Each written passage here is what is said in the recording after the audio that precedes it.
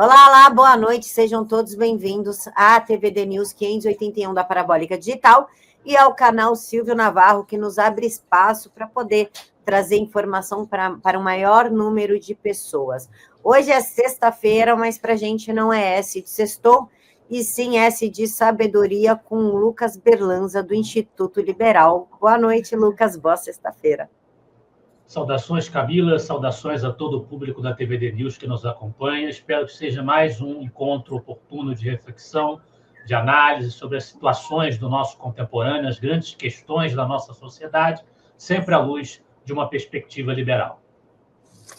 Luquinhas, e essa semana foi, digamos, pesada, né? A censura das redes, a briga do IOF, Lula falando que recorre sim ao Supremo para conseguir aprovar suas pautas, já que o Congresso não ajuda. Inclusive o Mota até respondeu para ele, né? Falando que Congresso não é para estar servindo ao governo. Bom, enfim, o nosso circo político brasileiro semanal, e eu gostaria de começar contigo, Lucas, sobre um artigo do Gabriel Wilhelm. Me corrija aí. Gabriel Wilhelms, tá certo. Sobrenome difícil, mas um texto maravilhoso, onde ele diz que ninguém diga que não foi por falta de aviso, porque, sim, foi super avisado, foi até debatido e cobrado até uma postura da grande mídia sobre a possível decisão do STF de nos censurar. Pode falar um pouquinho sobre isso, Lucas? Bom, o texto do Gabriel, mais uma vez acompanhando, como ele sempre faz, o nosso trágico cotidiano brasileiro, versa sobre a decisão do Supremo Tribunal Federal. Como ele diz aí, por 8 votos a 3, tornou, infelizmente, como a gente temia. A gente, às vezes, fica cansado de ter que repetir os mesmos assuntos, mas é que realmente a gente está preso. O brasileiro está aprisionado em uma fantasia tragicômica, graças a essa narrativa dominante que torna aparentemente normal uma coisa que claramente é a vigência da arbitrariedade, e é a prática que vem sendo imposta a nós pelo nosso judiciário. Anulando essa decisão, o artigo 19, lá do Marco Civil da Internet, que os nossos defensores da proteção heróica da democracia, através dos togados, dizem que o Brasil é uma terra sem lei na internet. A internet é uma terra sem lei no Brasil, como se não houvesse uma previsão legal em relação à internet, e existe essa previsão no Marco Civil. No entanto, o artigo 19, que fala claramente, nós já comentamos isso aqui, que você só pode ir atrás das plataformas judicialmente por manterem conteúdos ilegais no seu interior, nas suas redes, depois de uma decisão judicial que reconheça que aquele conteúdo é criminoso. Os ministros do STF foram lá e tiraram a constitucionalidade desse artigo, anularam esse artigo, eliminaram esse artigo, que nada mais faz do que ratificar a condenação que a Constituição brasileira já faz à censura prévia. Porque, na prática, o que vai acontecer, a gente já falou também sobre isso, é que as plataformas ficarão constrangidas de manterem no seu interior qualquer conteúdo que possa soar polêmico, que possa soar incômodo às sensibilidades das nossas elites iluminadas do judiciário. Então, o que isso vai provocar, nas palavras do próprio Gabriel, é a prática de uma autocensura disseminada. Não há dúvida de que, diante do comportamento que a gente vem observando nos julgamentos do nosso Supremo Tribunal Federal, do nosso Tribunal Superior Eleitoral, não vamos nos esquecer também, tem muita gente que é comum aos dois tribunais, os veículos, as plataformas de rede social têm todas as razões para temerem a manutenção de conteúdos quaisquer no seu interior que eles possam imaginar, que eles possam conceber que venham a ser conteúdos considerados perigosos ao Estado de Direito, esses tipos penais vazios de sentido, vazios de significado, com que vêm trabalhando os nossos juristocratas, que é a palavra certa para se referir a esse sistema político que vem vigendo no Brasil nos últimos anos, principalmente desde 2019, é literalmente uma juristocracia, Camila. Lucas, me tira uma dúvida, que eu tô lendo aqui o texto do Gabriel, que fala em discurso de ódio. Vou até colocar aqui na tela. Então, a sensata do que diabos é discurso de ódio. Te faço essa pergunta, o que é discurso de ódio? Fazer uma piada é discurso de ódio, mas não é discurso de ódio jogar futebol com a cabeça, com uma réplica da cabeça do Bolsonaro, do Trump. Isso não é, isso é liberdade. Mas eu chamar o Lula de ladrão é discurso de ódio. O que afinal, é esse discurso de ódio para que a gente consiga ter um norte para o que pode falar ou não pode? Ô, Camila, discurso de ódio é o que os caras acham que é. Essa é a definição. Discurso de ódio, atentado à democracia. Atentado à democracia é você fazer uma pichação com batom numa estátua. Isso é um atentado que ameaça as instituições democráticas brasileiras, na definição, nada bem definida, das autoridades judiciais que vão julgar esse gênero de tipo penal completamente vago, completamente sem substância. Então, a gente não sabe, é justamente essa vacuidade de sentido, essa abstração na acepção desses termos, que torna esse tipo de critério jurídico muito perigoso. E vai depender do arbítrio da autoridade de ocasião. E aí a gente escapa, a gente foge aos parâmetros do que os liberais defendem como sendo o Estado de Direito, onde existe uma autoridade das regras, o império da lei, a gente passa a ter ali a regra das autoridades. Quer dizer, a pessoa manda, a sua vontade naquele momento manda. Não existe uma previsão clara, escrita, explícita, dos limites das nossas ações em sociedade. O julgamento vai ser feito com base na vontade de cada um. E aí o artigo do Gabriel Wilhas continua citando a AGU, que ele vai se perguntar, uma vez que a gente tem a confirmação de que essa anulação do artigo 19 do Marco Civil foi consumada pelo Supremo Tribunal Federal, qual vai ser o órgão que qual vai ser a estrutura que vai apurar e fiscalizar essa manutenção de conteúdos ilegais por parte do nosso judiciário, por parte das nossas redes sociais, das nossas plataformas de redes sociais, qual vai ser a estrutura judicial que vai fiscalizar isso? E o Gabriel menciona que a gente não pode deixar passar o risco de que a AGU, né, a Advocacia Geral da União, que ele fala que foi convertida em uma matilha de pitbulls particular do governo, que é o órgão que mais vem prestando colaboração, né, a esse consórcio de conveniência que vem regendo o país, misturando aí o governo Lula, o STF e até a grande imprensa, a gente não pode ignorar a possibilidade de que a AGU, que conta já com um órgão interno dedicado ao monitoramento de redes, né, a Procuradoria Nacional de Defesa da Democracia, que é praticamente um órgão saído da imaginação orwelliana, né, de George Orwell, o Grande Irmão, 1984, é o Ministério da Verdade brasileiro, né, a própria AGU possa acrescentar apenas um caráter mais formal a essa parceria que ela já vem entretendo com esse regime autoritário que hoje vige no país, que, sem sombra de dúvidas, vige um regime autoritário. E aí o Gabriel encerra que se nos últimos 6 anos, desde a instauração do inquérito das fake news, a censura tem acontecido, a censura é uma realidade no nosso dia a dia, mas operando ainda de forma desigual, pesando, sobretudo, em alvos específicos, que geralmente são os mais visados pela sua repercussão, repercutindo um discurso que não interessa a essa narrativa fantasiosa que domina as nossas elites, que elas alimentam, que elas cultivam, calando as pessoas ainda mais pelo amedrontamento do que pela ação direta da força. Não é exagero, diz-nos o Gabriel Wilhas, nós dizemos que agora está possibilitada a censura geral. E aqueles que a aplaudem não estão livres de sofrerem os seus efeitos mais adiante. Que ninguém diga que foi por falta de aviso, que é exatamente o título do artigo do Gabriel, Camila. Lucas, vai te fazer uma pergunta meio ruim. Se tu não quiser responder, a audiência entende, eu entendo, até pelo momento que nós estamos vivendo.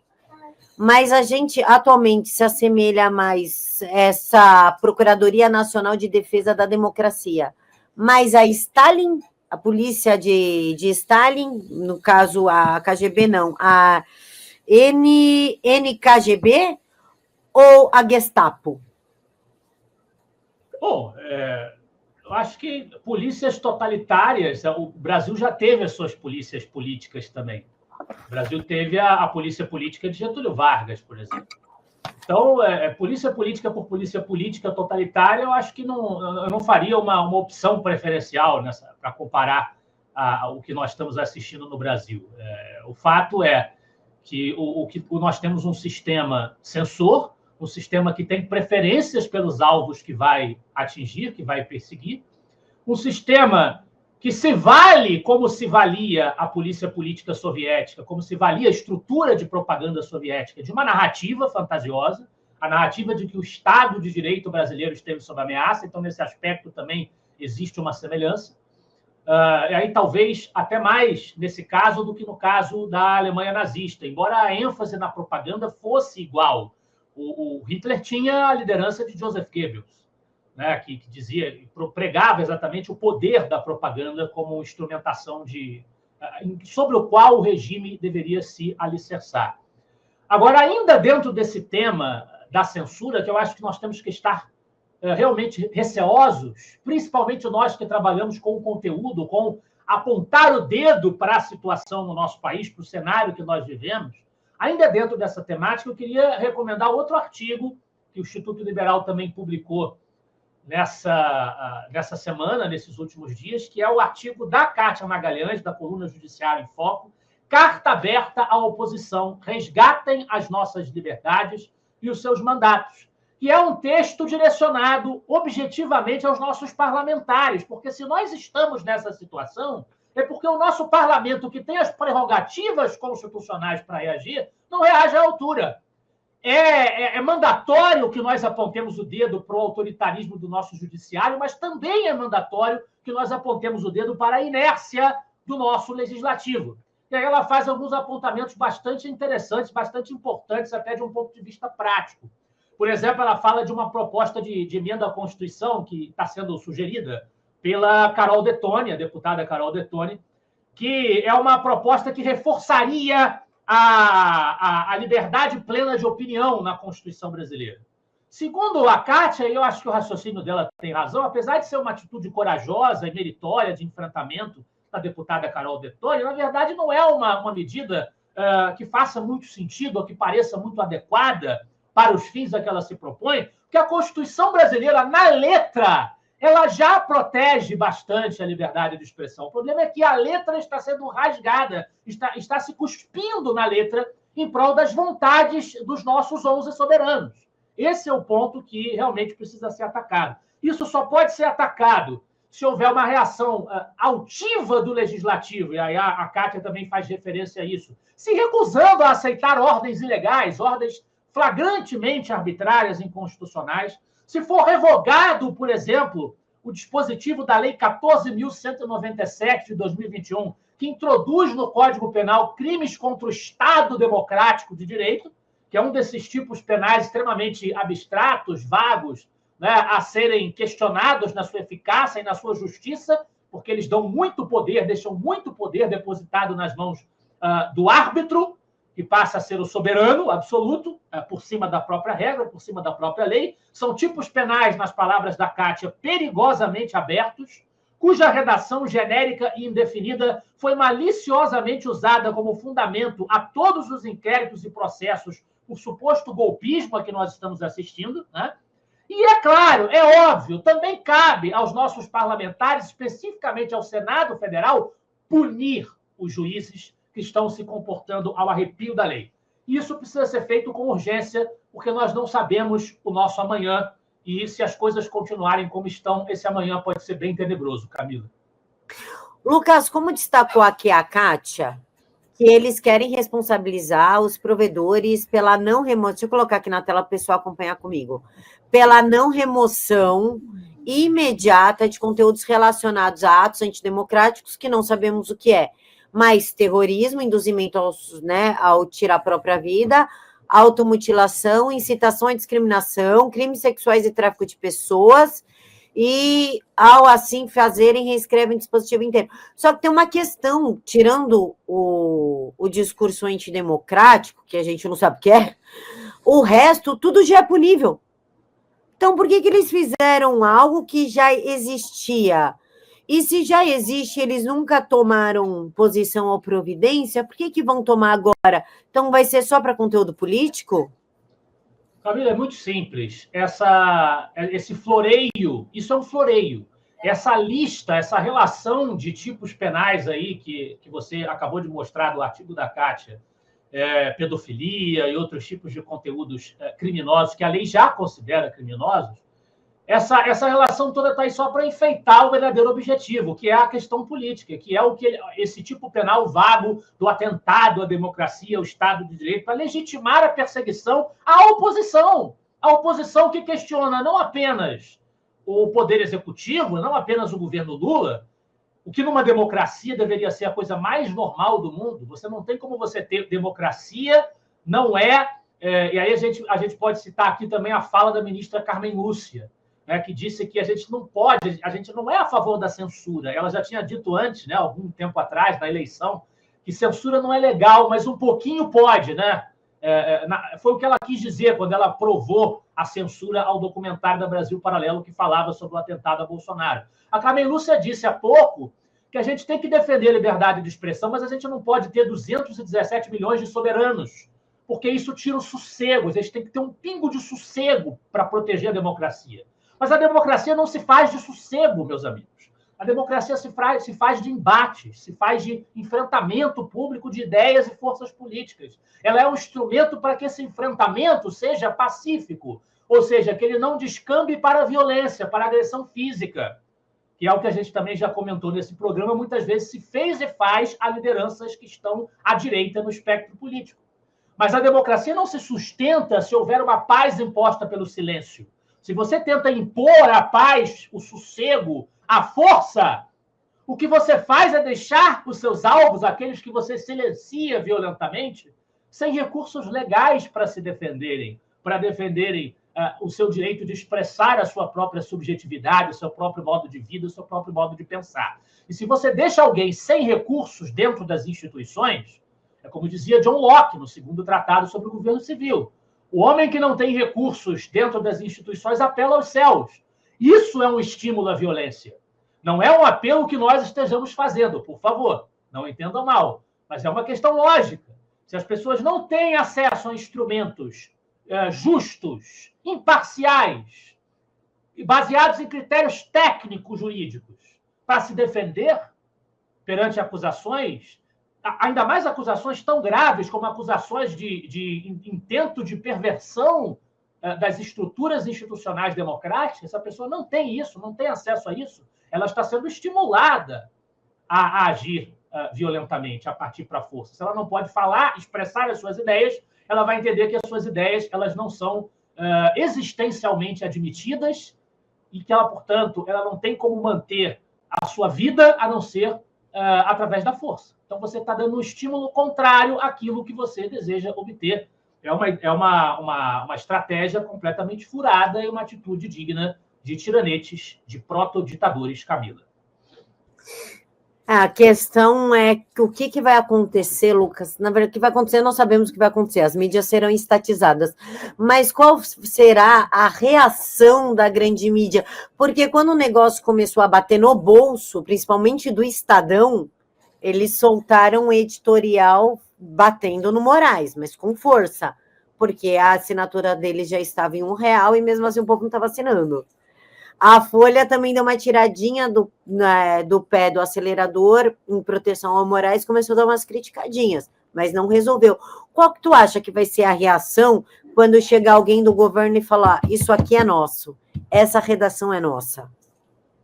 Então, Camila, a gente tem visto um comportamento da nossa grande imprensa como uma parte.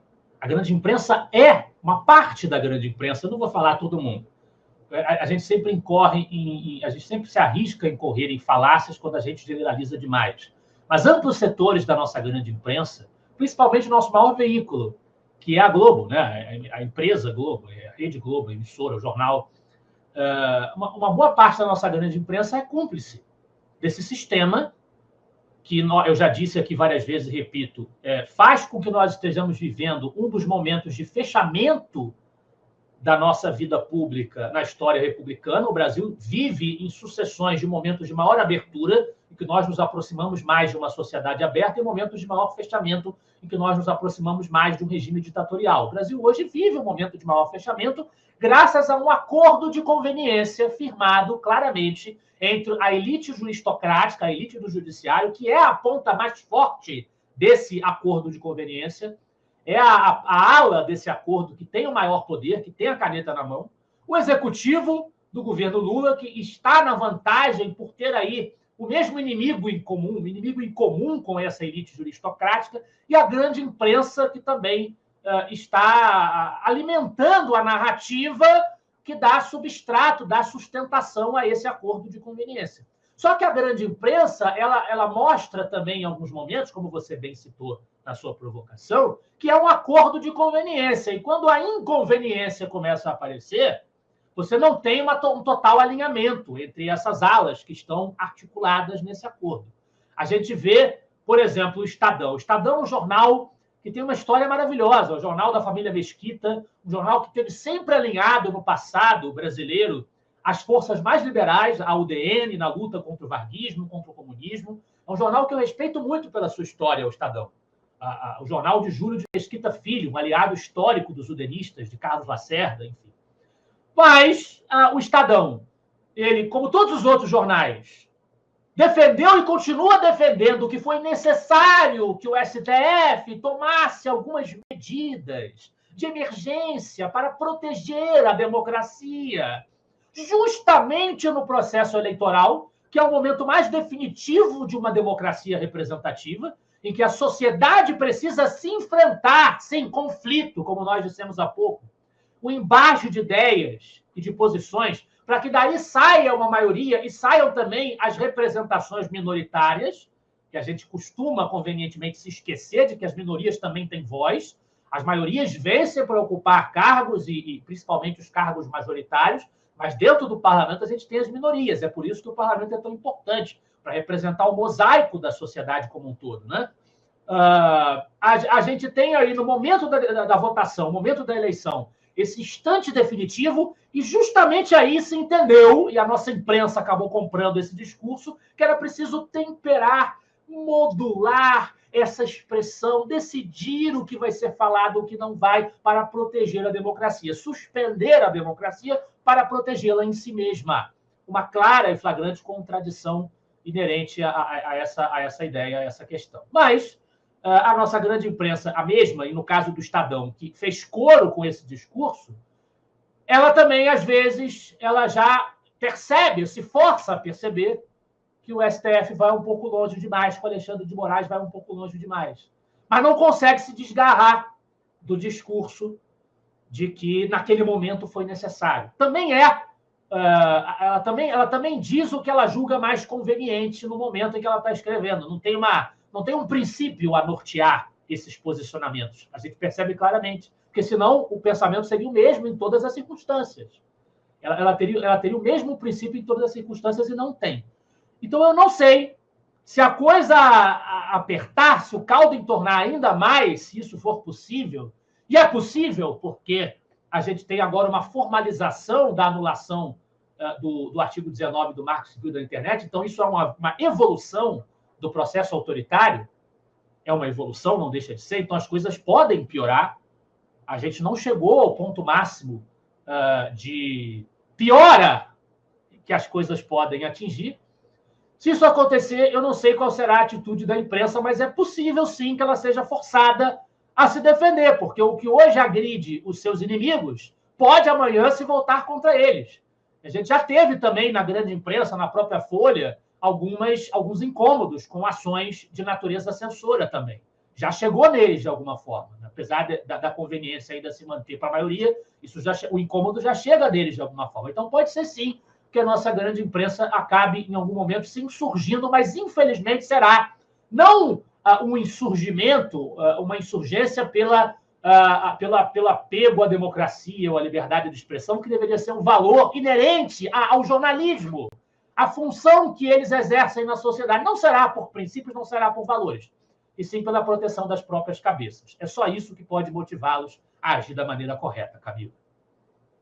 E aí já será tarde demais, né, Lucas? Porque aí já perderam tudo. Eu espero que não, mas a gente deve sempre ter em conta a possibilidade do pior. Lucas, muita gente acredita essa censura nas redes, porque não adianta falar, não, é para proteger as criancinhas. Gente, não é para proteger as criancinhas. Eu que trabalho com rede social. Posso falar para vocês que o vídeo mais leve que eu pego de criança é criança de 3 anos com um biquininho dançando funk. Tá? E os pais adorando e todo mundo monetizando, e cada comentário nojento, que se a PF quisesse, já aprendi uns 15 ali. Que fácil tem material pornô infantil no computador, fácil. Então, não é para proteger criancinha, não é para proteger mulher, não é para proteger nada. É para calar sua opinião política, ponto. E muita gente fala que é para fazer com que o Lula seja eleito em 2026, como se a população sofresse, sei lá, um problema de memória no Brasil inteiro, ou vão nos calar, apagar os nossos conteúdos, vão falar, não, tudo não passou de uma grande fake news, era um grupo, uma milícia digital, tentando destruir a imagem do melhor presidente do país, digamos assim. Então, a gente pode dizer que essa é uma tentativa do STF para calar, por exemplo, artigos como o do Kaique Lazzarini, que fala que o governo, por que o governo Lula insiste em ignorar uma política fiscal mais contracionista? O que é contracionista, Lucas? Pode falar um pouquinho sobre isso? Vamos lá. É claro que o objetivo é calar o que incomoda, né? O que incomoda a narrativa, mais uma vez, a fantasia em que nós estamos aprisionados. O Brasil continua detido dentro de uma redoma fabricada pelos ideólogos, pela elite iluminada que sustenta esse regime em que nós vivemos hoje, que insiste em dizer que nós estamos vivendo uma democracia plena, um pleno gozo dos nossos direitos civis, das nossas liberdades. O artigo do Kaique Lazzarini é um exercício de crítica, de análise crítica histórica ao governo Lula, no seu terceiro mandato, servindo-se da experiência dos governos anteriores, inclusive do próprio Lula. Ele chega a fazer um comentário aí, uma análise aí no artigo dele, o artigo Por que o governo Lula insiste em ignorar uma política fiscal mais contracionista? Ele chega a insinuar, a sugerir, que o Lula tem a aprender com ele mesmo.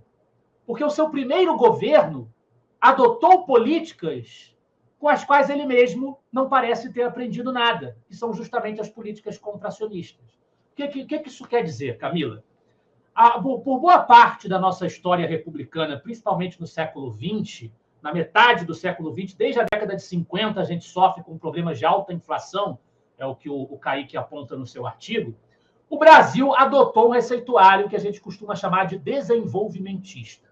O desenvolvimento da economia brasileira, o crescimento da economia brasileira, do seu tamanho, da sua estrutura, é feito às caneladas através da intervenção do Estado, da ação do Estado, e isso envolve uma política emissionista, que é o contrário da política contracionista, ou seja, o Estado, através dos órgãos monetários, o Banco Central, enfim, na época nem era o Banco Central, que ainda não existia, mas o Estado que controla a política monetária de expansão da moeda, ele aumenta essa expansão da moeda, o que tende a gerar uma desvalorização, tende a gerar inflação.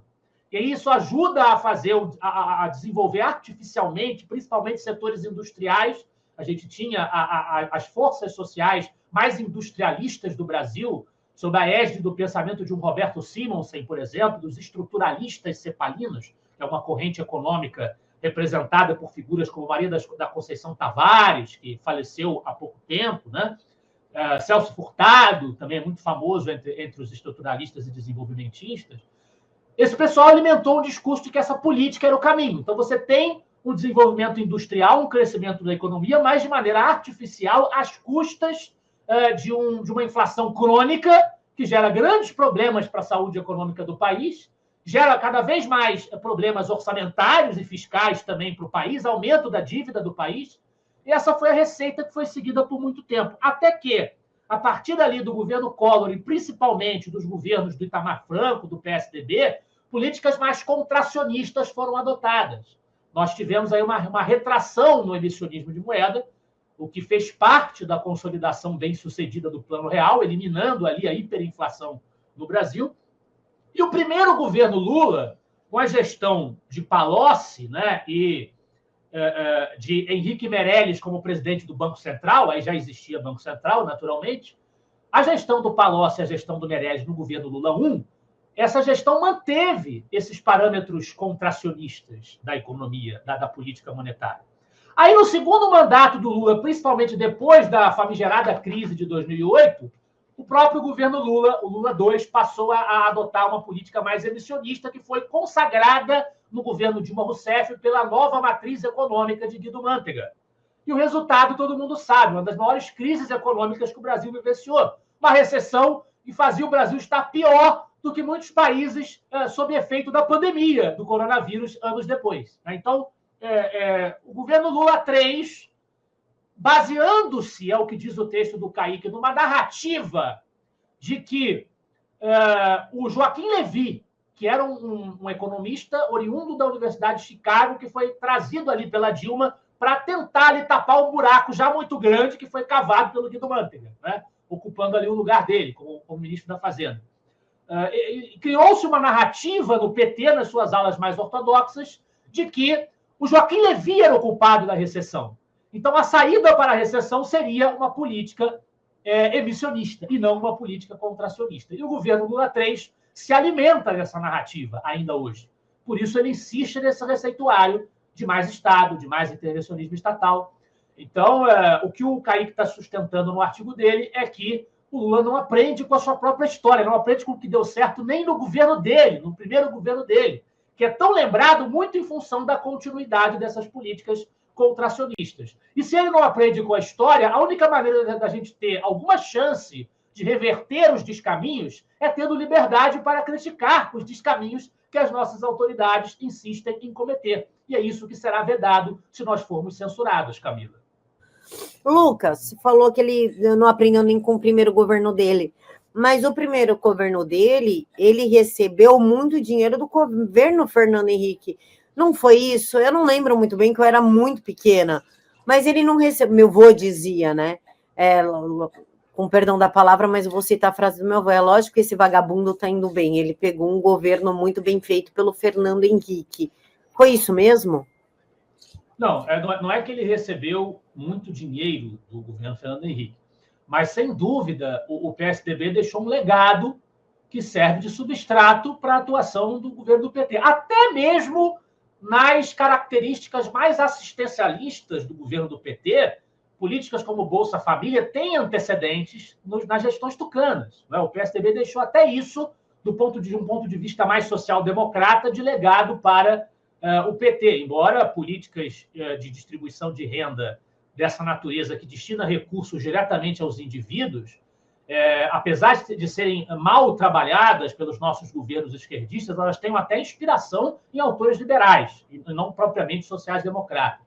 Mas o legado do PSDB em consertar a dinâmica econômica brasileira, e o Kaique também fala sobre isso no artigo dele, que o PSDB aprovou a lei de responsabilidade fiscal, no governo Fernando Henrique, o PSDB aprovou o famoso tripé macroeconômico, que estabelecia uma política fiscal exatamente contracionista, ele fala no artigo, uma ancoragem cambial, uma desindexação, uma série de pilares que permitiam que a economia brasileira fosse mais humana, vamos dizer assim, mais normal, mais razoável do que ela era antes.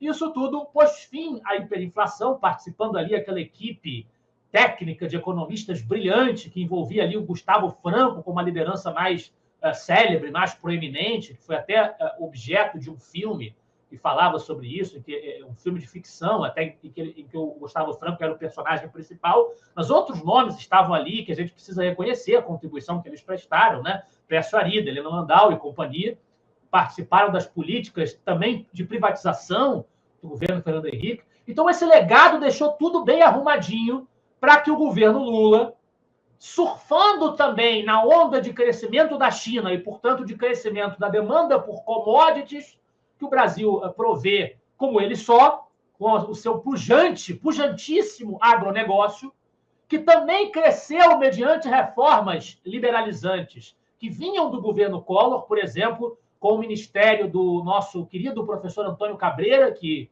é hoje conselheiro do Instituto Liberal e foi ministro da Agricultura no governo Collor. Esse legado dos governos dos anos 90, sem dúvida, deixa o terreno preparado para que o PT possa fazer o governo que fez o Lula, pudesse fazer o governo que fez no período Lula 1. Só que o governo Lula 1, com a gestão do Palocci e do Henrique Meirelles, que também ajudou a consertar a bagunça da Dilma no governo Temer, o governo Lula 1 tem o mérito, a gente tem que assumir que ele tem o mérito de manter, apesar de ali já ter começado o mensalão, né, o petrolão, todos esses escândalos, toda essa tentativa do PT de construir, através da corrupção, um sistema de continuidade no poder indefinidamente, tudo isso começou no governo Lula 1 já. Lula já estava planejando fazer isso.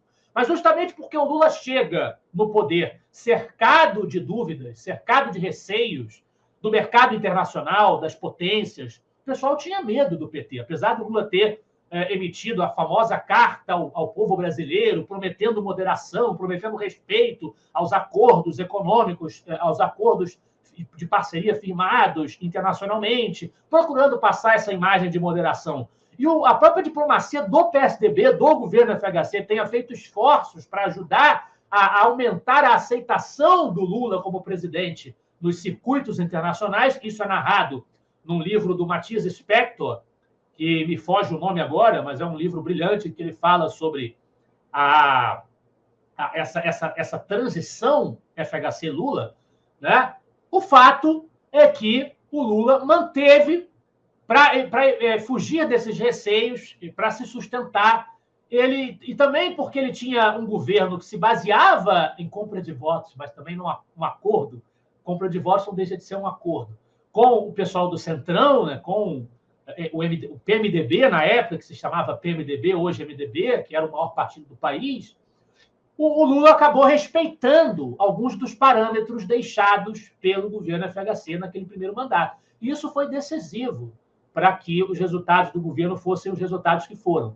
Então, o governo Lula, não o Lula individualmente, porque o Lula individualmente a gente está vendo o que pensa e como gostaria de agir em qualquer circunstância. Mas o governo Lula, a sua estrutura, notadamente o ministro da Fazenda e o presidente do Banco Central, tiveram mérito, sim, pelos resultados do primeiro governo. Só que o próprio Lula aproveitou essa situação de maior bonança, de maior sucesso, para implementar as suas práticas de corrupção, as práticas de corrupção do seu governo, que o levariam à cadeia mais adiante, e o que ele fez depois, principalmente a partir do segundo mandato, e hoje no seu terceiro mandato, comprova a sua verdadeira natureza.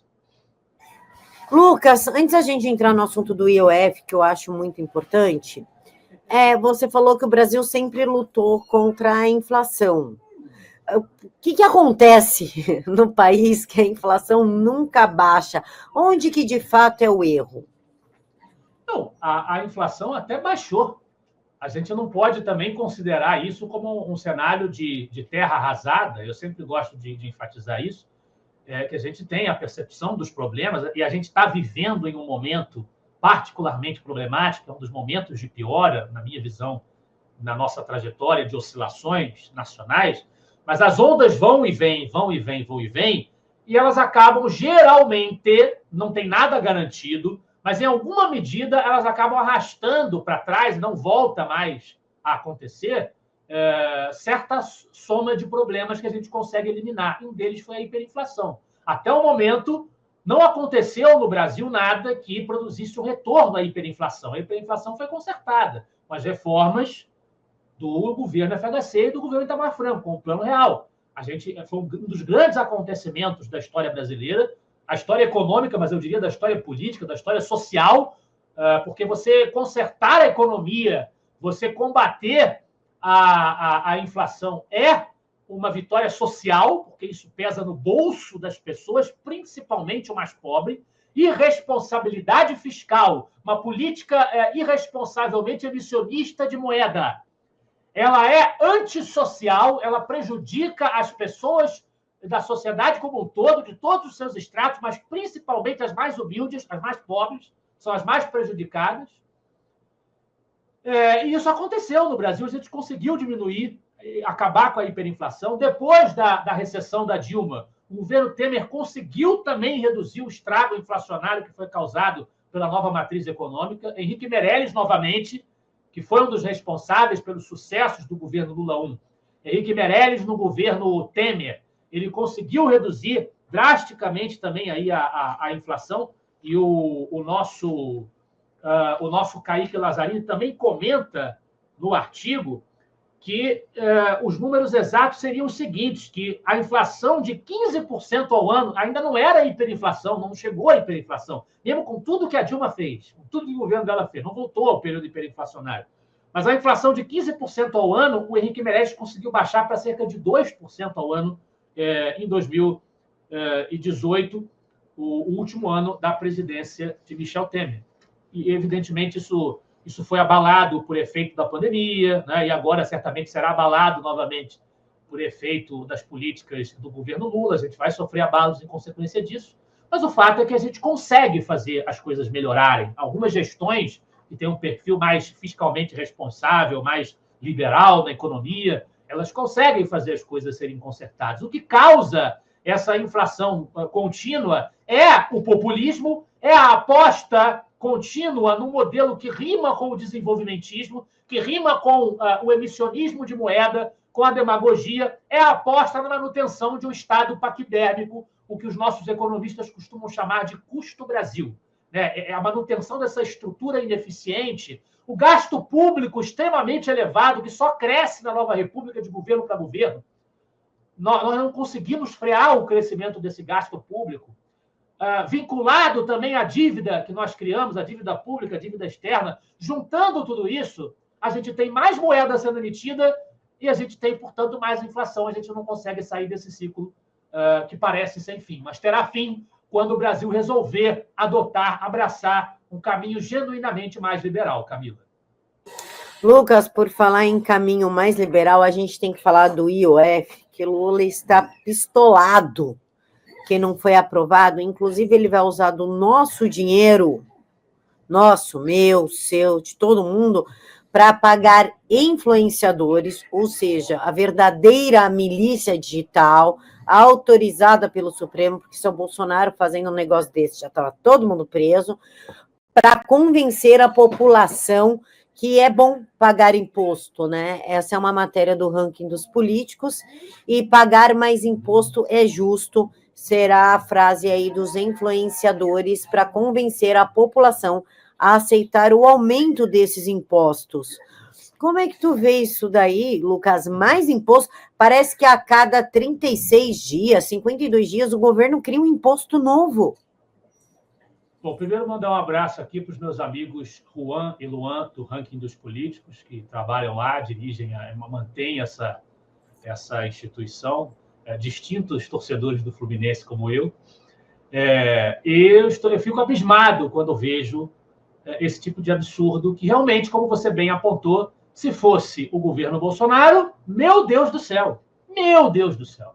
Isso era uma máquina fascista da extrema-direita, com apoio do Elon Musk, enfim, do Mark Zuckerberg, e quem mais você queira colocar aqui para afrontar a democracia brasileira. A primeira coisa que iria ser dita diante de um descalabro como esse, de você usar esses recursos públicos para fazer uma campanha e criar narrativa, fortalecer a narrativa.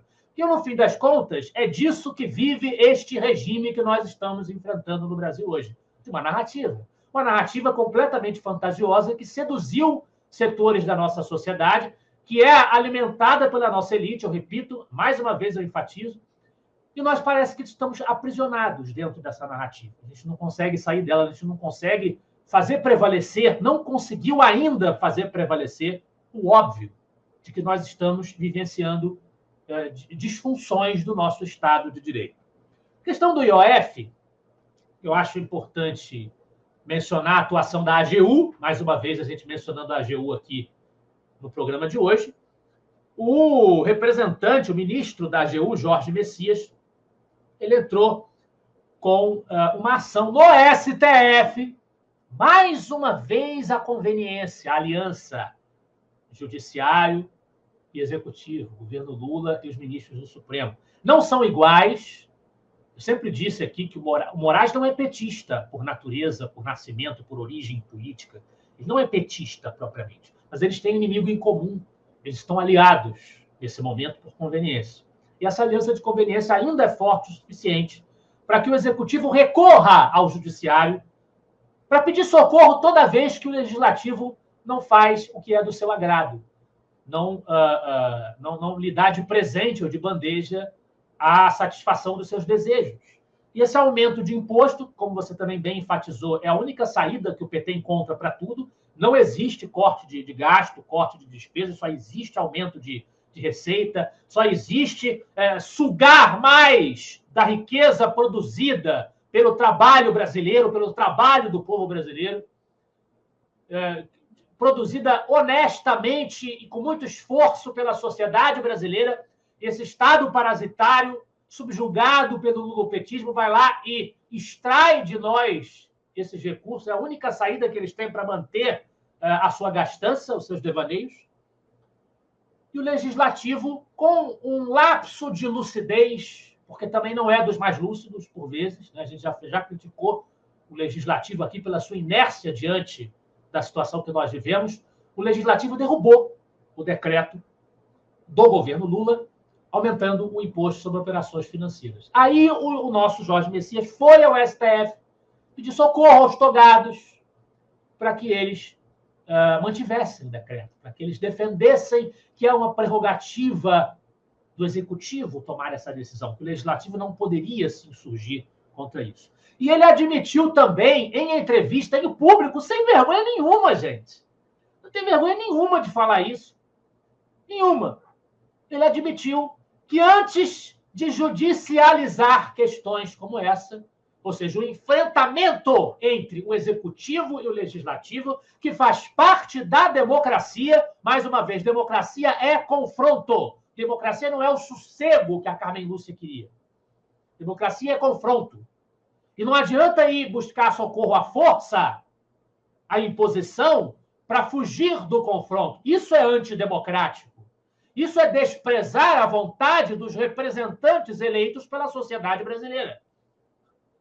O Jorge Messias, sem vergonha nenhuma, ele admite que antes de ir pedir socorro ao STF e entrar com ações, e pedir que o STF passe por cima da expressão da vontade legislativa, ele bate um papinho com os ministros do STF. Ele conversa com eles para já estar de acordo previamente sobre a pertinência da ação. Então, já é um negócio que já está acordado, né? Que ação é essa? Que julgamento é esse, meus amigos? Que país é esse, Camila? Mas as milícias digitais somos nós. Inclusive, para quem não sabe, existe o inquérito aberto. Moraes já falou que esse inquérito vai até fim de 2026, que chama milícias digitais. E na cabeça dele, Bolsonaro nos pagava, e eu nunca vi R$1 desse dinheiro, me ferrei sem receber nada, pelo menos para mim não chegou. Fala que nos pagava para agir nas redes sociais.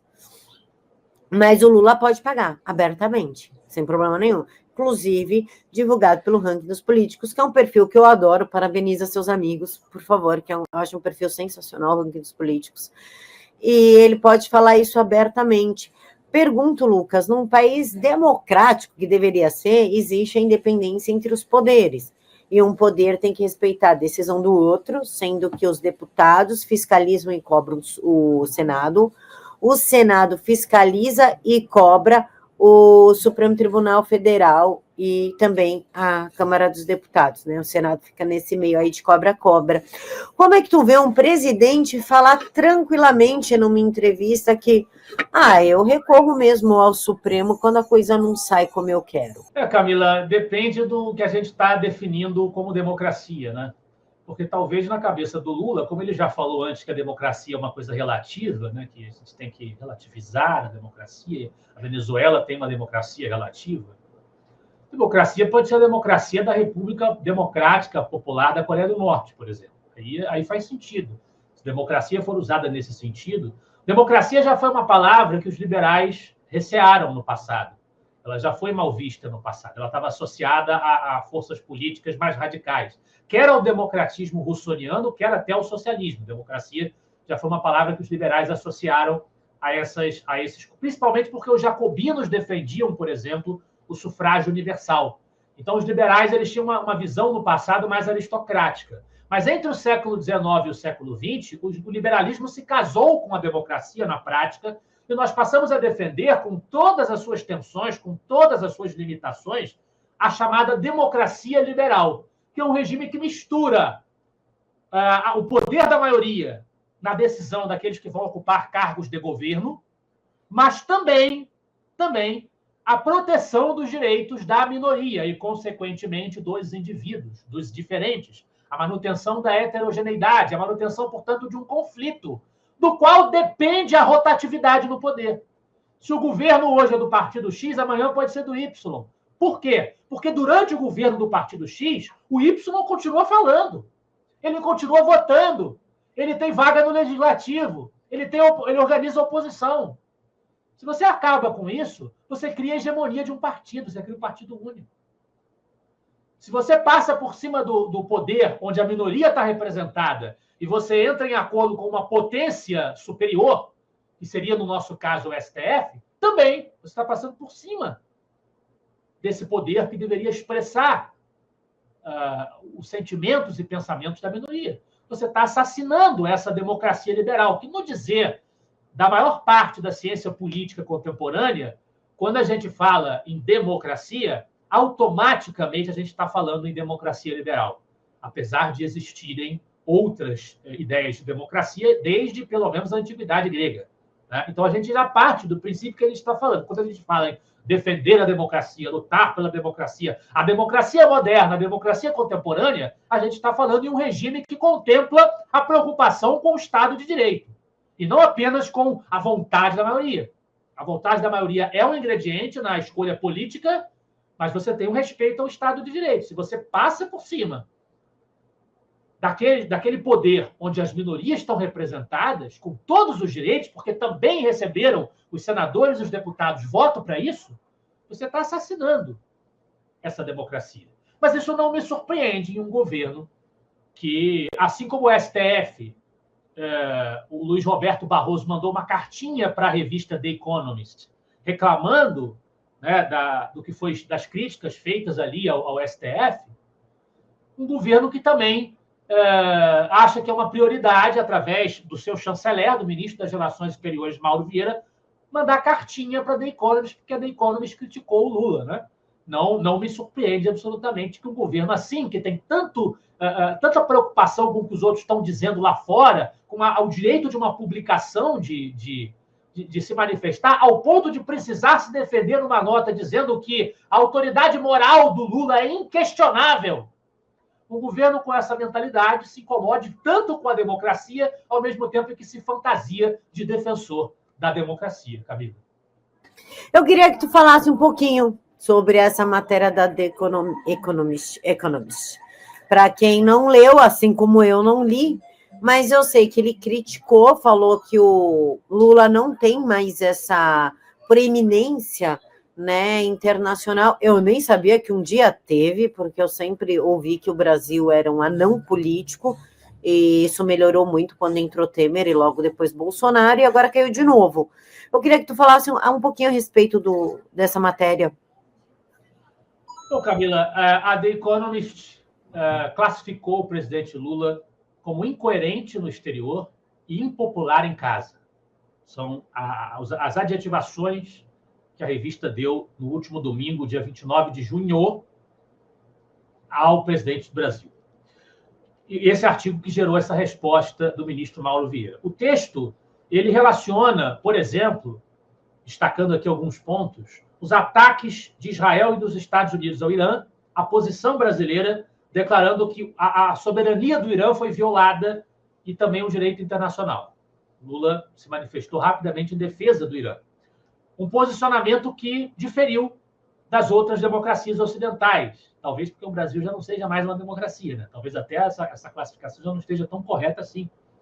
A meu ver, não está, porque nós temos, no mínimo, um sistema liberal democrático muito disfuncional, né? No mínimo. Bem, também, segundo a revista, o Brasil nos BRICS, numa agenda de interação muito próxima com China e Rússia, parece cada vez mais hostil ao Ocidente. O papel do Brasil no centro de um BRICS expandido e dominado por um regime mais autoritário faz parte da política externa cada vez mais incoerente de Lula, diz a The Economist. O texto também fala do afastamento profundo entre Lula e Donald Trump, entre o governo brasileiro e o governo norte-americano. Não há registro, diz a matéria, de que os dois homens tenham se encontrado pessoalmente, o que torna o Brasil a maior economia cujo líder não apertou a mão do presidente dos Estados Unidos. Em vez disso, Lula corteja a China. Ele se encontrou com Xi Jinping, o presidente da China, 2 vezes só no ano passado. Ele aproveitou também a viagem à Rússia, em maio, nas celebrações do aniversário de 80 anos da vitória soviética sobre a Alemanha nazista na Segunda Guerra Mundial, para tentar convencer Vladimir Putin de que o Brasil deveria mediar o fim da guerra na Ucrânia. Nem Putin, nem ninguém lhe deu ouvidos, a matéria da The Economist diz. Nem aqueles a quem o Lula corteja estão dando tanta importância assim para ele, né? Também menciona o afastamento da Argentina sob a liderança de Javier Milei, mas também houve estranhamentos. E o apoio à Venezuela, até que houve alguns estranhamentos também com Maduro, mas o Brasil tem essa postura sempre ambígua em relação à ditadura venezuelana. E, ao mesmo tempo, essa situação internacional bastante desfavorável, que vem colocando o Brasil numa situação bastante desconfortável perante a comunidade internacional, ela se agrava com a impopularidade interna. O texto da The Economist menciona a pesquisa Quaest, Genial Quaest, que aponta que a desaprovação ao governo chegou a 57% no início de junho. E eles fazem referência também na matéria à decisão do Congresso de sustar o aumento do IOF, que o governo Lula agora, como a gente mencionou anteriormente, está tentando reverter isso através da força, através do STF. Por quê? Porque sabe que a sociedade em si não quer, que o parlamento não quer. Então, vamos usar a força para impor. Isso já é um sinal de que você enfraqueceu aos olhos dos teus governados, né? Aos olhos do cidadão brasileiro de maneira geral. E eles fazem até uma análise muito interessante, Camila, no texto da matéria, que eles vão dizer que o PT, o Lula construiu o PT com apoio de sindicatos católicos com consciência social, o pessoal da esquerda dentro da Igreja Católica, da CNBB, Teologia da Libertação, e pobres beneficiários de esmolas do governo. Mas hoje o Brasil é um país onde o cristianismo evangélico está em expansão, onde o emprego na agricultura e na economia informal está crescendo rapidamente e onde a direita também oferece esmolas. É a apreciação que faz o texto, né? Então, ele vai dizer que ele chegou a dizer que se o Bolsonaro escolher um sucessor para liderar a direita e a direita se unir a ele antes das eleições, a presidência será deles. A revista afirma que o PT será derrotado nas eleições. A revista chega a afirmar isso. O que o Mauro Vieira respondeu a The Economist, acreditando que era preciso que o governo brasileiro se defendesse? Ele respondeu que para humanistas de todo o mundo, incluindo políticos, líderes empresariais, acadêmicos e defensores dos direitos humanos, tudo esquerdista, a gente sabe muito bem, na realidade seja dito, o respeito à autoridade moral do presidente Lula é indiscutível. Eu fico até sem palavras. Essa autoridade moral do Lula é indiscutível. Eu não tenho nem o que dizer sobre isso.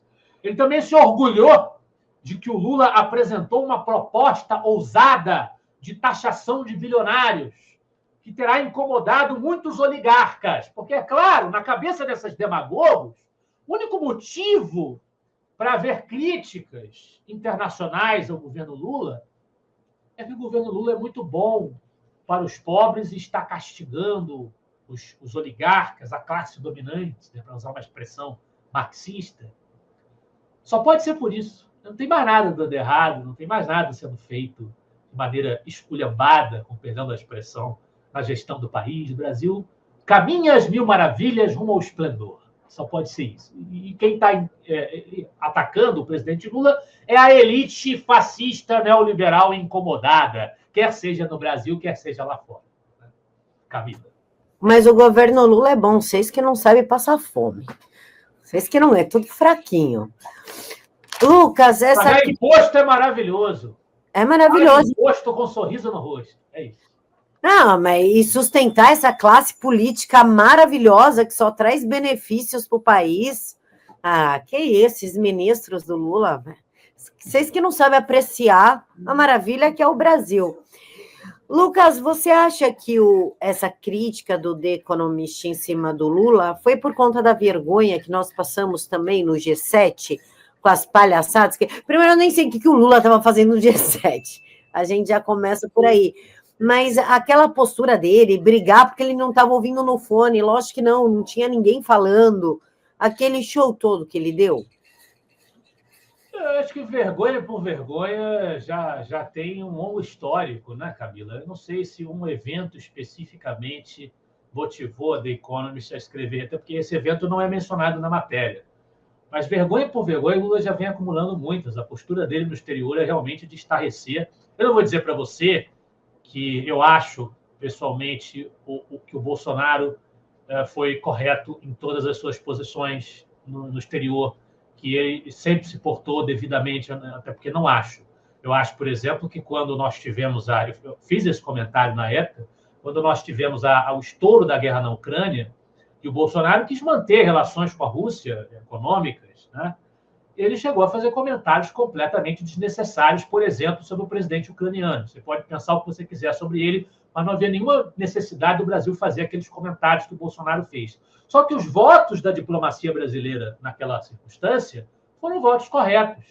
E o Brasil, no mínimo, no governo Bolsonaro, ele se manteve alheio ao apoio às ditaduras da região, como a ditadura da Venezuela, muito pelo contrário, uma oposição quanto mais. Ditaduras estas sobre as quais nós temos ingerência e nós temos responsabilidade, porque o Brasil ajudou a alimentar essas ditaduras. O chavismo cresceu na aba do Lula, na aba do PT, é fato. Nós patrocinamos politicamente, diplomaticamente, economicamente esses regimes autoritários da América Latina. Ah, mas o Bolsonaro sentava ali com o ditador da Árabe também para conversar. Gente, não tem como. Aí, nesse ponto, nós temos que fazer justiça. Não tem como você romper relações com todas as ditaduras do mundo. Não é a mesma coisa, pessoal. O Brasil não tem poder nenhum sobre a ditadura árabe, ele não tem poder nenhum sobre a ditadura russa, ele não tem como ter um papel decisivo nessas grandes questões. Agora, no nosso quintal, aqui no nosso continente, nós somos vistos como uma potência regional, a maior potência regional da América Latina. Nós temos o que fazer aqui, nós fizemos, e fizemos errado.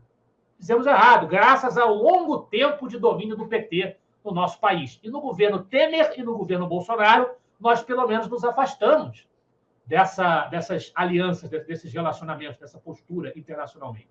Hoje, o governo Lula não apenas, embora seja o governo Lula 3, um governo um pouco mais afastado da Venezuela, porque foi forçado a isso, ficou constrangedor demais, mas nas grandes questões ele quer ser protagonista, ele quer se mostrar, ele quer se exibir, ele quer atacar o Trump, ele quer contestar, criticar, ironizar o presidente da nação mais poderosa do Ocidente, ele quer puxar o saco, com perdão da expressão, das ditaduras orientais, da China, da Rússia, muito além de tão somente manter as relações necessárias para a saúde econômica do país.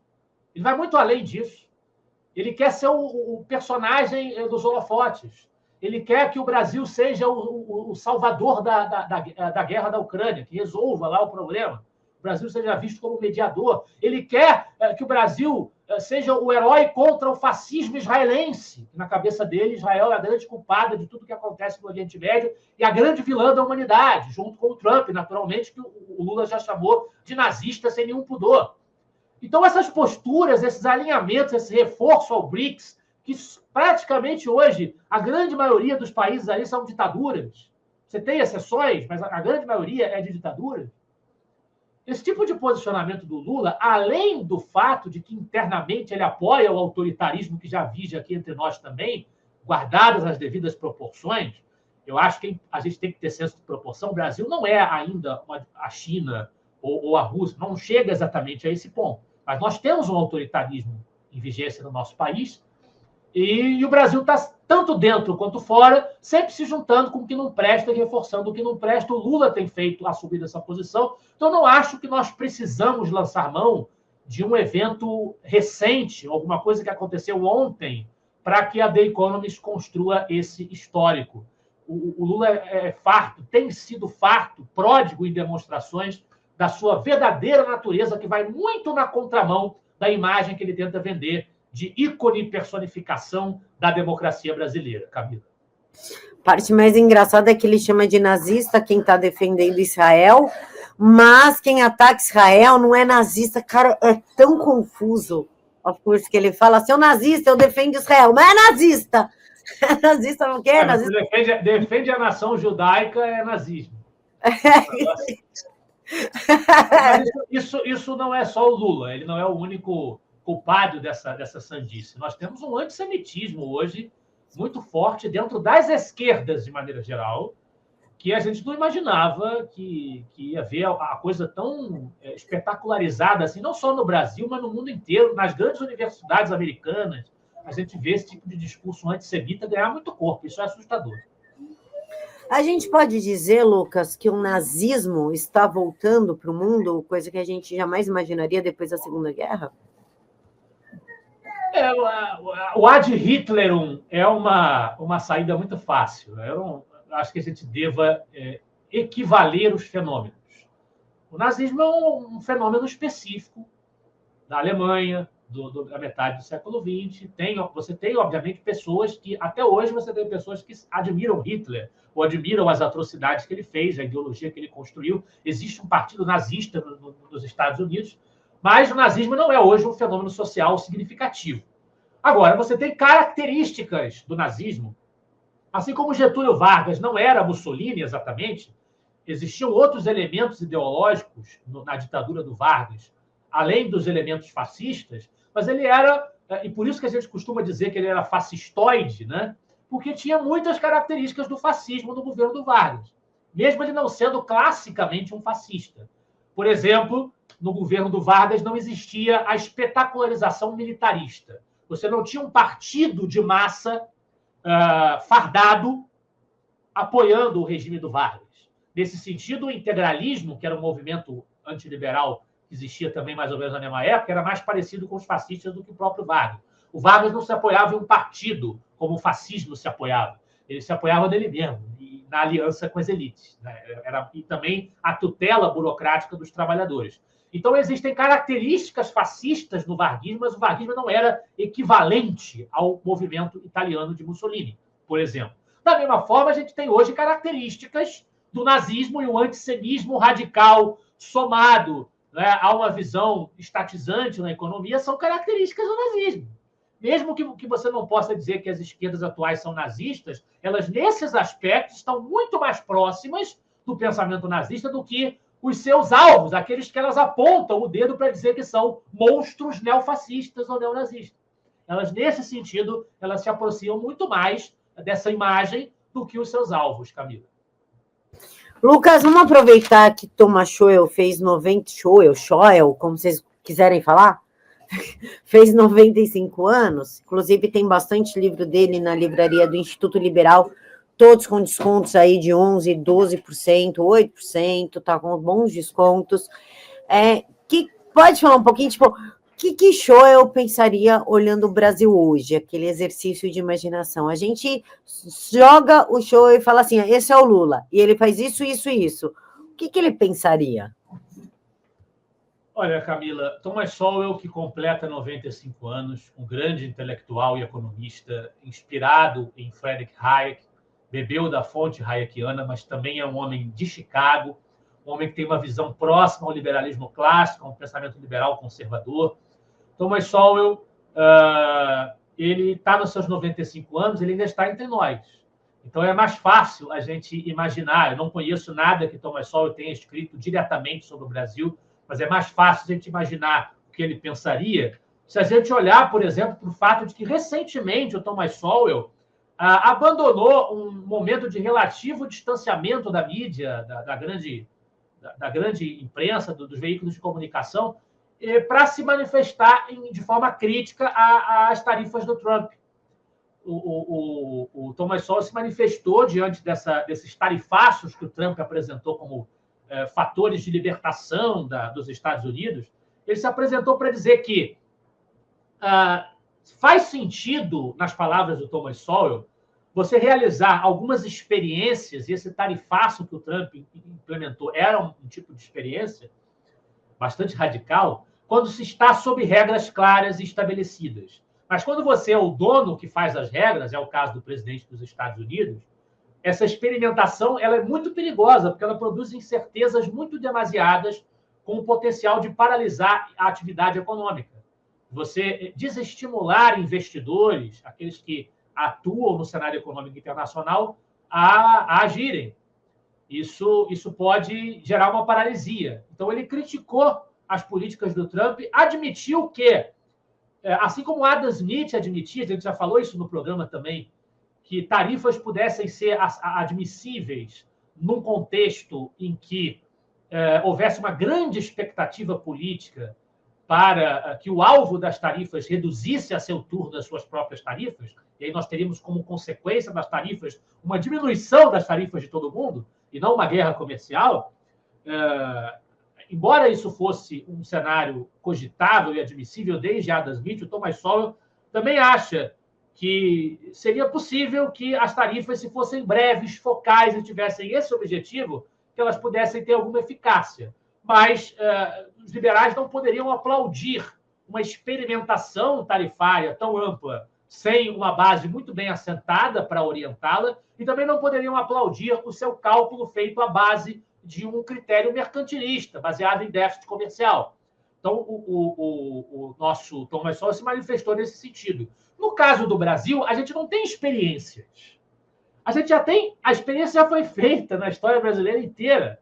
A gente já tem anos e anos, décadas e décadas de demonstrações de que esse receituário intervencionista, gastador, desenvolvimentista, emissionista, como a gente viu no artigo do Kaique Lazzarini sobre a insistência do governo Lula em políticas em políticas emissionistas, hesitando em assumir a necessária adoção de um receituário contracionista, isso aí já foi feito no Brasil por muito tempo e os resultados estão aí. Todo mundo sabe. A gente tem até o aumento do tamanho da economia artificial, sem base no desenvolvimento do capital humano, como dizia o grande liberal Eugênio Boudin. E a gente tem inflação, a gente tem crise sendo contratada, a gente tem um problema fiscal e orçamentário que vai pesar, eu repito, sobre o bolso, sobre os ombros do cidadão mais pobre, em primeiro lugar. Porque o dinheiro dele passa a valer menos e ele passa a ter profundas dificuldades para a sua subsistência. Então, eu tenho certeza, eu posso afirmar com segurança, que conhecendo alguma coisa do pensamento desse grande intelectual Thomas Sowell, para muitos, e é uma opinião bastante sensata, o maior intelectual vivo hoje, eu posso afirmar com certeza que Thomas Sowell só teria críticas às políticas intervencionistas que, infelizmente, o Brasil insiste em abraçar, Camila. Ele sempre foi contra a política intervencionista, né? Eu tenho alguns livros dele, são muito bons, inclusive gostaria até já de indicar, já que o site está em promoção, Ação Afirmativa ao Redor do Mundo. Eu li esse livro, é um estudo empírico sobre cotas e grupos preferenciais, e ele é contra as cotas, né, Lucas?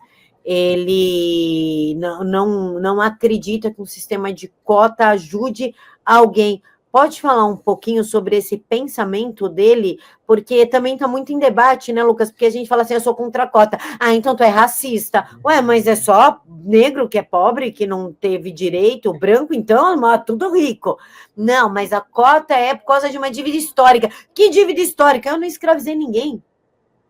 Então, você pode falar um pouquinho sobre isso? Para começar, o Thomas Sowell é negro. Ele é negro. Então, se as pessoas acham que você tem que ter o famoso lugar de fala para você discutir uma questão, tá aí. Thomas Sowell é negro e é um intelectual conservador norte-americano que defende boa parte das nossas ideias. Eu queria fazer uma indicação também, não de livro, nesse caso, mas uma indicação do Núcleo de Formação Liberal, onde esse tema foi enfocado, inclusive, quando a gente abordou Thomas Sowell.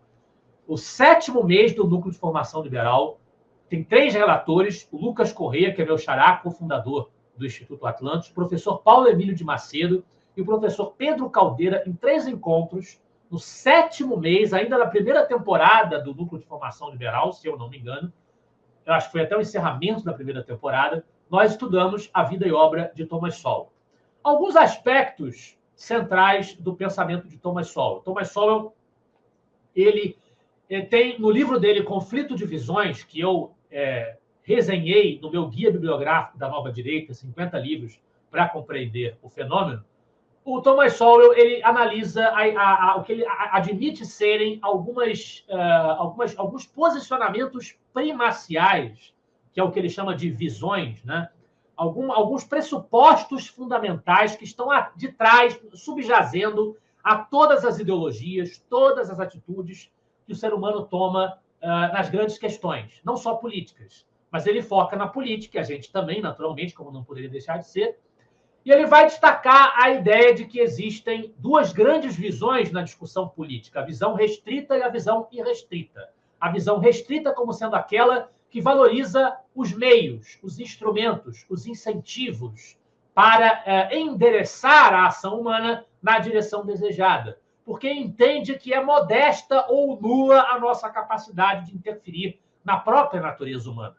Ao passo que a gente tem a visão irrestrita, que essa sim, ela acha que ela pode transformar diretamente a natureza humana, independentemente de meios e independentemente de limitações. Muitas das ideias liberais e conservadoras se baseiam na modéstia da visão restrita e muitas ideias à esquerda se baseiam em uma visão irrestrita, embora o Sowell faça um alerta para que nós não entendamos ao pé da letra isso e achemos que toda a ideologia de esquerda é completamente irrestrita e toda a ideologia de direita é completamente restrita. Ele dá o exemplo do próprio marxismo, que na visão dele, marxismo ortodoxo tem elementos híbridos, de visão restrita com visão irrestrita. O fascismo também tem elementos híbridos, né? Mas ele também trata os libertários, na visão dele mais utópicos, como portadores de uma visão, de certo modo, irrestrita, né? Então, ele não é tão absoluto em dizer esquerda é irrestrita, direita é restrita. Mas isso certamente subjaz a muitos dos posicionamentos das grandes questões públicas que a gente vê sendo debatidas até hoje. A questão das cotas é um outro elemento do pensamento do Thomas Sowell. Thomas Sowell estudou muito esse assunto no mundo inteiro.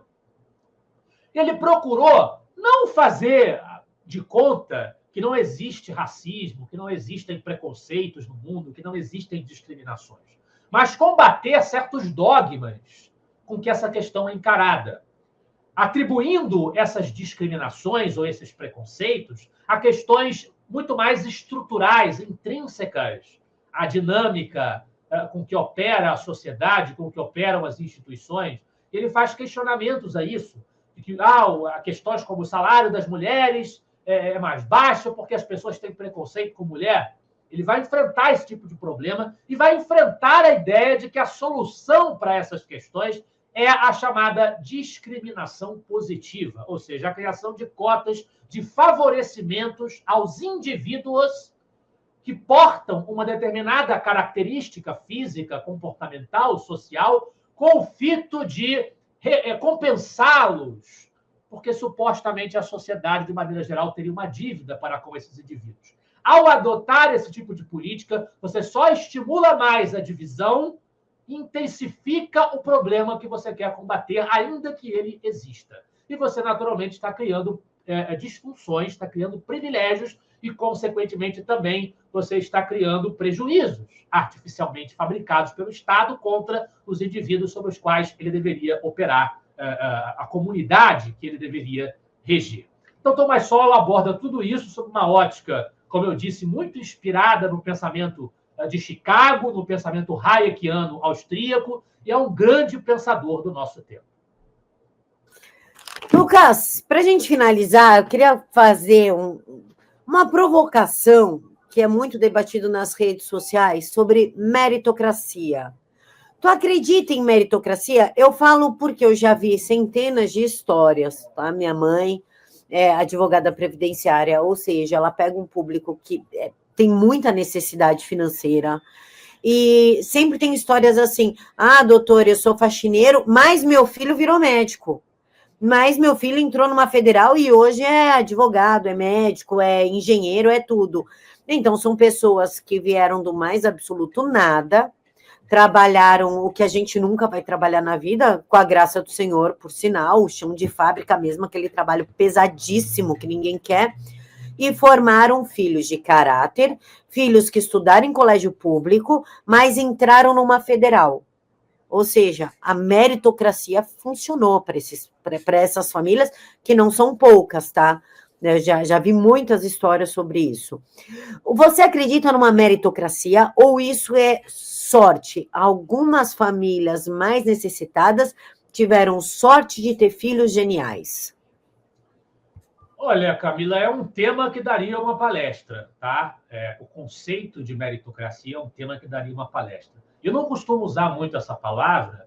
Eu acho que mérito, isoladamente, sem dúvida, essas pessoas têm mérito no que elas conquistaram. Nós temos mérito no que nós conquistamos, honestamente, interagindo com as outras pessoas na sociedade, sem violência, sem coerção. O que nós conseguimos obter de recursos, de sucesso, de crescimento pessoal, profissional, em liberdade, através disso, nós temos o mérito de ter conquistado. E o ser humano é capaz de conquistar, sem dúvida nenhuma. Agora, eu tomo um pouco de cuidado com a palavra meritocracia quando a gente aplica a meritocracia na discussão política e econômica, porque a gente não pode. O governo não. Como você vai tratar da relação entre Estado e economia, é complicado você pensar em meritocracia, porque eu posso achar, por exemplo, aí vem o velho discurso, né, surrado, que o médico e o professor fazem muito mais do que o Neymar, por exemplo. Eles têm muito mais mérito do que o Neymar. Se fosse meritocracia mesmo, eles ganhariam muito mais do que o Neymar. Porque o Neymar só joga bola. Entende o que eu estou dizendo? E gera-se na cabeça das pessoas, quando a gente usa essa palavra, às vezes esse entendimento errado. Só que o que você vai obter de retorno na economia pelo teu trabalho não é o trabalho em si que provoca. É claro que ele tem parte disso. Mas é o valor subjetivo que você agrega ao público consumidor daquele serviço, daquele trabalho. Médicos e professores são fundamentais, eles têm que ganhar bem, eles têm que viver decentemente, eles têm que ser respeitados no seu trabalho, mas há muitos médicos e professores. Agora, o Neymar só tem um. É um jogador de futebol que tem muito talento e cujo o jogo do qual ele participa conquista um público internacional, fãs internacionais, movimenta-se, consequentemente, muito dinheiro, porque é escasso, porque é muito mais raro, ele, consequentemente, ganha mais. É uma questão de valor subjetivo, do valor que ele agrega, que é mais limitado, mais contido, é mais escasso, é mais raro do que o valor dos médicos e professores. Mas os médicos e professores têm mérito imenso do trabalho que eles fazem, eles são fundamentais na sociedade. Nesse sentido, para a sociedade viver, para a sociedade existir, aqueles que cuidam da saúde, aqueles que formam as pessoas, eles podem ser considerados, a gente, numa análise mais teórica, como mais essenciais à vida em sociedade. Mas eles não movimentam a mesma soma de valores porque não despertam o mesmo consumo, porque não são tão raros, porque não são tão únicos, né? Então, eu só tomaria cuidado com isso, porque a meritocracia, quando a gente tenta colocar isso como um critério de governo, né, a gente vai ter que colocar alguém para decidir quem tem mérito e quem não tem. E aí quem vai decidir vai ser um poder central, que vai distribuir as tarefas para as pessoas, e a gente vai ter uma planificação econômica ao estilo soviético, né? O mercado não se constrói dessa forma. Então, eu só tomo cuidado com isso, para não haver essa confusão. Mas, sem dúvida nenhuma, as pessoas têm condições de conquistar os seus objetivos, elas têm mérito, e terão mérito porque viverão num regime de mais liberdade, um regime que realmente ninguém está usando a força para lançar, mediocrizar aqueles que têm talento, ninguém está usando a força para manter na miséria aqueles que lá estão.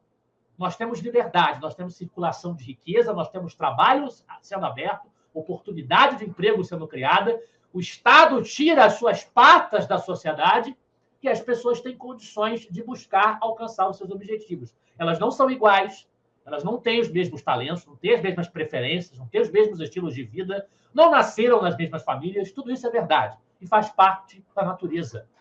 Faz parte da natureza. Não tem como a gente mudar isso, a gente acabar com isso. porque isso faz parte da nossa vida humana, da nossa existência. Uma contingência da nossa vida. Não tem como eliminar isso do cenário. Mas a gente tem como combater a miséria e como favorecer a que as pessoas todas elas tenham condições de viver dignamente e de honestamente e justamente alcançarem e perseguirem os seus objetivos. Isso a gente só consegue fazer criando riqueza, a gente só consegue criar riqueza se a gente tiver liberdade. Camila. Perfeito, Lucas, se a gente tiver liberdade, coisa que nós não estamos tendo. E quando a gente ainda tem alguma coisa sem liberdade, mas consegue produzir alguma coisa, vem o governo Lula e toma. Só que eu vou discordar num ponto de ti sobre o Neymar, Lucas, e olha que eu nem sou fã de futebol. O Neymar, ele não gera só dinheiro porque ele joga futebol. Ele gera mão de obra com a quantidade de filho que ele faz. Ele gera emprego nos laboratórios com a quantidade de exame de DNA que ele dá. Fora as pensões alimentícias que ajudam aí uma cadeia toda de produção. Então, o Neymar contribui, sim, para a economia brasileira. Perfeitamente. A quantidade de filhos foi ótima. Coisa igual. O cara é, de fato, um coelho. Lucas, alguma coisa que você gostaria de ter falado, comentado, que eu não perguntei? Não, só indicar aqueles que nos assistem também, para coroar essa homenagem a Thomas Sowell, o seu livro Conflito de Visões, que foi resenhado no meu guia bibliográfico da Nova Direita, e mais uma vez agradecer a Camila pela oportunidade, a TVD News, pela oportunidade desse encontro marcado toda semana aqui para a gente conversar. Nós que agradecemos, Lucas, a sua disponibilidade de estar vindo aqui fazer o debate e instruir o povo. Meus amigos, quero desejar uma boa noite a todos vocês. Boa noite, Lucas. Mais uma vez, obrigada. Boa noite a todo mundo. Até a próxima. Pessoal, fiquem todos com Deus, que Deus o abençoe, tenham um excelente fim de semana e curtam com muita responsabilidade. Tchau.